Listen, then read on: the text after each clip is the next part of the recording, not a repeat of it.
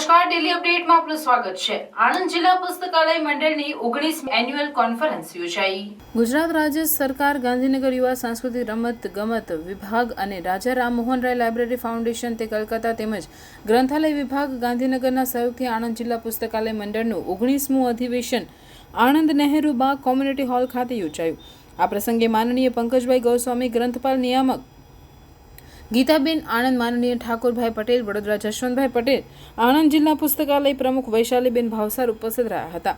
પંકજભાઈ ગોસ્વામીએ જણાવ્યું હતું કે માનવી મોબાઈલ તરફ વળી રહ્યો છે, વાંચક ઓછા થયા છે, ત્યારે સરકારનો પણ અભિગમ છે કે આજના સંજોગોમાં ઈ લાઇબ્રેરીની જરૂરિયાત છે। સરકારશ્રી આ અંગે જરૂરી મદદ કરવા તૈયાર છે। આણંદ જિલ્લામાં સૌથી વધુ લાઇબ્રેરી થાય તો પણ હું આ અંગે જરૂર મદદ કરવા હૈયાધારણા આપી હતી। ગ્રંથપાલના મહેનતાણા અંગે ઘટતું કરવા જણાવ્યું હતું। સમારંભને અંતે રાષ્ટ્રગીત ગાયું હતું અને સમારંભ સમાપ્ત જાહેર કરાયો હતો।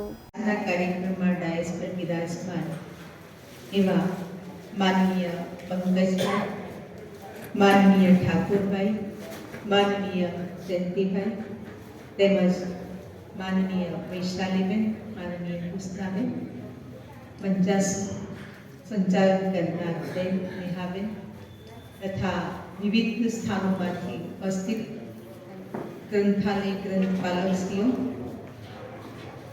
આજના સમયની અંદર નાકી જરૂરત છે મનુષ્ય આત્માની